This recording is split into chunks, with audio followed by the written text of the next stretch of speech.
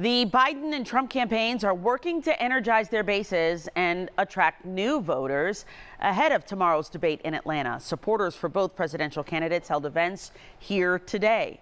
Fox 5's Deidre Dukes is live at the state capitol, where two former GOP elected officials, Deidre, came out in support of President Biden today.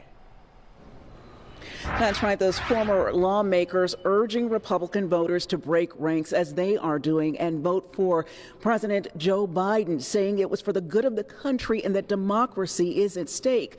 Meantime, former President Trump also speaking to a group of black business leaders via phone during a roundtable discussion here at a local barbershop in Atlanta today as part of his ongoing effort to engage black voters.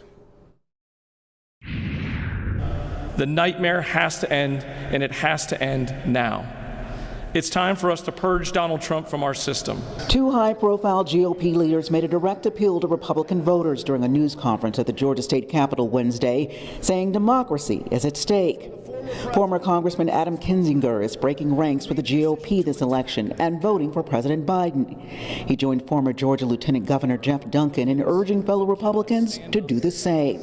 I am proud to stand up here today as a conservative Republican and endorse Joe Biden for re-election to President of the United States. Inflation is a disaster. It's killing the black community and it's killing the country. Across town, former President Trump working to engage black voters hosted a roundtable discussion with business leaders at a local barbershop. Conservative politicians, business leaders, and talk show hosts joined the Trump campaign to discuss Trump's economic policies and how they say black Americans will benefit if Trump is reelected. We did all those things, and nobody else came close. And we'll do them again, and we'll do them even better. With recent polls showing Trump leading Biden by a slim margin, both campaigns reaching beyond their party base to secure votes. I think there's millions of Republicans that want an excuse to not vote for Donald Trump, and I'm hopefully going to be able to give them that excuse. And with a close race projected here in Georgia, it is evident that both campaigns are making the most of the build-up to tomorrow's debate and trying to get their message out before both candidates take the stage tomorrow evening.